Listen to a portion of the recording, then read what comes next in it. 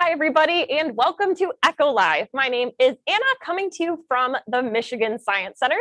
We'll get to the topic of today's episode in just a moment, but the reason that I chose today's activity here for Echo Live is that this is our first Echo Live since the Michigan Science Center has reopened to the public after being closed for the last few months. Now, if you visit the Michigan Science Center, we are open Wednesday through Sunday, 10 a.m. to 4 p.m. So you can visit with your class, with your family, and we are so excited to have all of you guys back here in the building to try some stuff with us in person. So what better activity to choose than something you can actually do yourself this month here on the Michigan Science Center's exhibit floor. So I chose the activity that we call Chemistry is Bananas. But I put a question mark there because I didn't actually bring any bananas with me today. But the activity that I'm showing you is this month's BASF Kids Lab. Now, BASF Kids Lab is an activity that you can see on the museum floor every open day through the rest of this year. And this activity is actually a DNA extraction that we are going to be extracting DNA, or the genetic material, from a variety of fruit. Now, for today's activity, I've selected a strawberry to be the source of my DNA, and there's a really good reason behind that.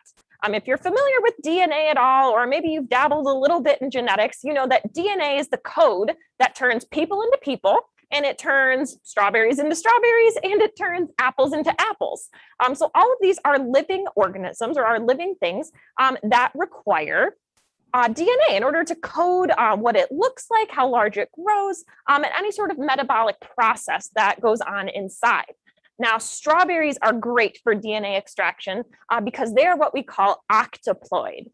Humans are diploid, di meaning two, meaning that we have two copies of every chromosome in order to code everything we need to code to turn us into a regular human being. But strawberries are octoploid, octo meaning 8. So instead of 2 copies of every chromosome, they have 8 copies, which means that strawberries are jam-packed full of DNA, which makes them great for extracting it using chemistry. Now, we said this activity is available here on the floor, but I'm going to show you how to do this activity using some very simple materials that you might have in your classroom if you'd like to give it a shot. Or you could probably pretty easily get on your next trip to the grocery store. So safety first always, go ahead and put on my safety goggles here, and let's get started with this DNA experiment. Now, first we need to understand what exactly does DNA look like. So if we're going to extract it, we're going to see it. It would be great if we understood what DNA looked like, if we could see it up close. Now, DNA is tiny, so we could never actually see it with our eyes. We have to use some very special equipment and tools in order to visualize DNA, which we've talked about in a past episode. But if you could look at DNA and you could see the structure, it would look a lot like this. Every molecule of DNA has 2 sugar phosphate backbones. These are those long blue pieces of our DNA that kind of coil around each other, but they're held together by these nucleotide pairs. So humans have 4 nucleotides that can be base paired with each other in order to connect those 2 strands of DNA. You have adenine, thymine, cytosine, and guanine. Now, these are the 4 basic building blocks of DNA. And everyone's DNA is very slightly different, so different amounts of each of these base pairs, but the way that they link to each other is always the same. So adenine can only pair with thymine, and thymine can only pair with adenine. Down here we have the other structure. We have cytosine can always pair with guanine, and guanine can always pair with cytosine, but cytosine can never pair with thymine, and thymine can never pair with guanine, so on and so forth. The way that they link to each other is actually what's responsible for the shape of our DNA.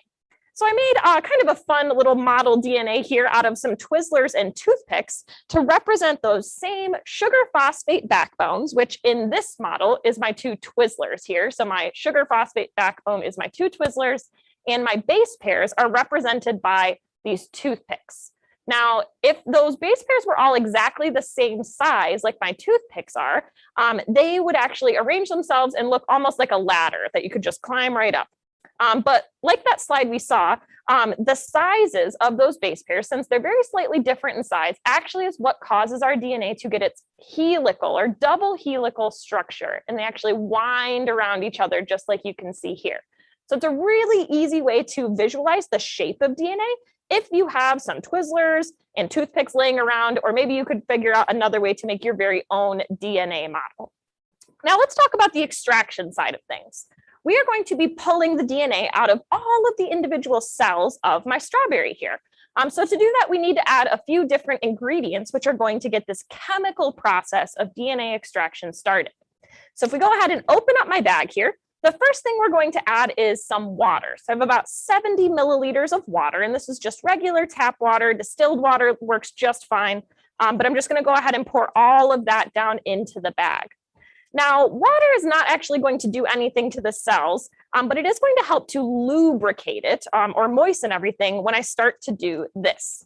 So you can see that I'm starting to mash my strawberry. Now, the physical action of me squishing or pulverizing, I like to say this, strawberry, is already starting to break apart some of the cells. I'm actually damaging them physically, and the water just helps to lubricate everything that's inside the bag. But if we want to release the DNA from out of those cells, we need to add something else. The next ingredient we're going to add is dish soap. Now, dish soap is pretty interesting because dish soap has a unique ability to actually break through cell walls.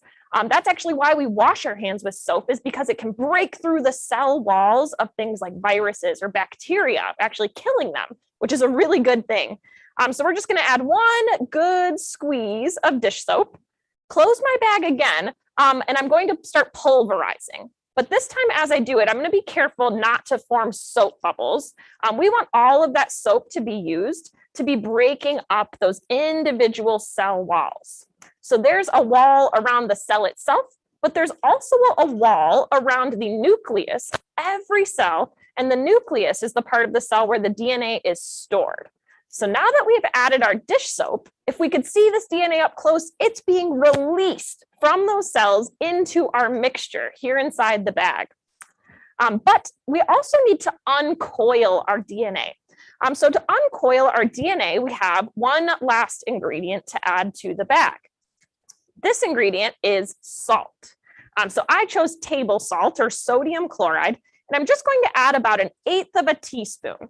Now, 1/8 of a teaspoon is plenty to break apart those bonds that are holding together those base pairs. It's breaking apart adenine from thymine and cytosine from guanine, and it's actually going to unwind our DNA. That's going to cause it to take up more space. So rather than being coiled up really, really tightly, now all of our DNA is uncoiling, it's released into the solution, and it's actually technically been extracted. But it's all mixed up inside our bag here.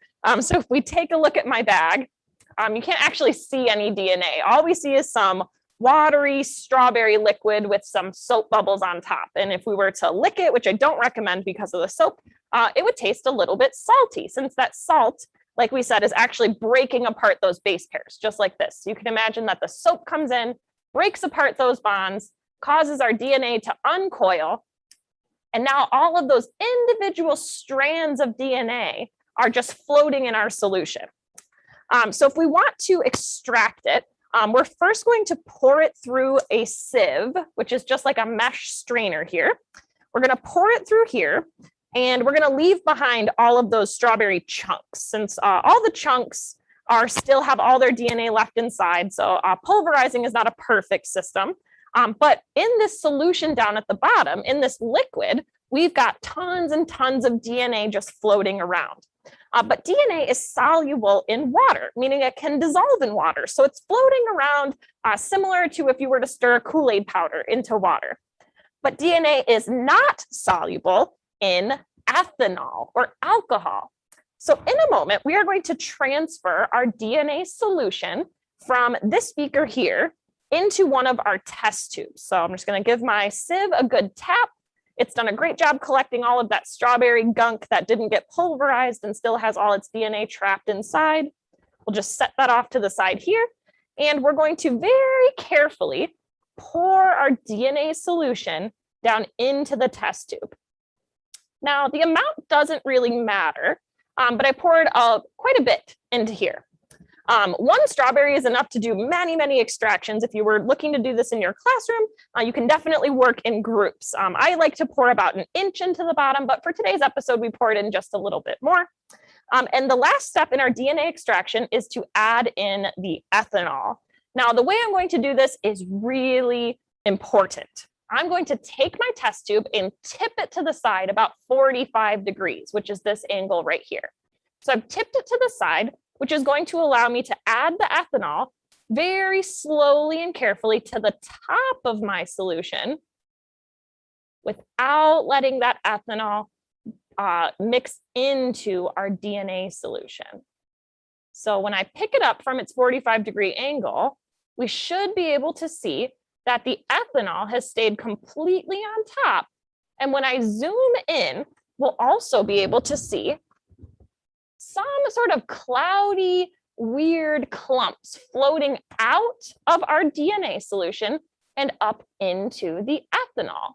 Now, especially if I place my hand behind, you can see that big white clump that has just kind of risen out of the DNA solution up into the ethanol.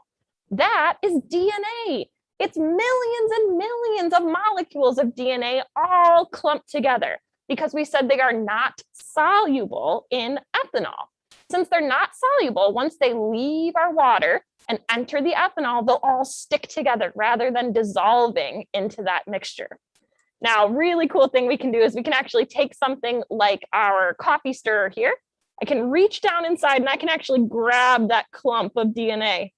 It's pretty clear when you pull it out of the solution, but it feels really, really weird. So I can actually see it here on the edge. I can pick it up, I can mash it around, and it feels really strange and kind of gooey in my fingers. But that is all the DNA that we released out of those cells. Kind of feels funny. But this experiment, we call it chemistry as bananas because you can use this exact same method, the exact same ingredients to extract DNA from almost anything. You can extract DNA from bananas. You could extract DNA from apples. You could even extract your own DNA. Now, I definitely don't recommend cutting off a body part and mashing it up. Instead, you can take something like your coffee stirrer or a popsicle stick and scrape the insides of your cheeks. We lose cheek cells all the time when we chew or when we brush our teeth. And so if you scrape the insides of your mouth, you'll actually get some skin cells that you can then stir into your mixture to collect those cells for DNA extractions. You can even hold your own cells, DNA, in between your own fingers. It's really weird, but really, really cool. Now, this is an experiment, like we said, that you can also try here at the Michigan Science Center. So if you haven't been here yet this month, come check it out. Again, we are open Wednesday through Sunday from 10 a.m. to 4 p.m. And we do BASF Kids Lab all day long, weekdays and weekends. Upcoming next month, we also have a BASF sponsored community free day. Tickets will be announced here on our Facebook channel. It'll also be announced on our website, so keep an eye out for that announcement. Once those community free day tickets are live, you can reserve them on the Michigan Science Center's website, which is listed right here on this slide. So October 16th, we are open for free as long as you reserve your tickets online. And we will be doing 3 different BASF Kids Labs and also doing chemistry themed stage shows and my absolute favorite fall time experiment, extreme pumpkin carving here on the Michigan Science Center science stage. This brings us to the end of today's episode. So thank you all so much again for joining us. We will be back here next week on Wednesday at 2:30 for another episode of Echo Live brought to you by Denso and the Michigan Space Grant Consortium. So thanks everyone so much, and I'll see you next week.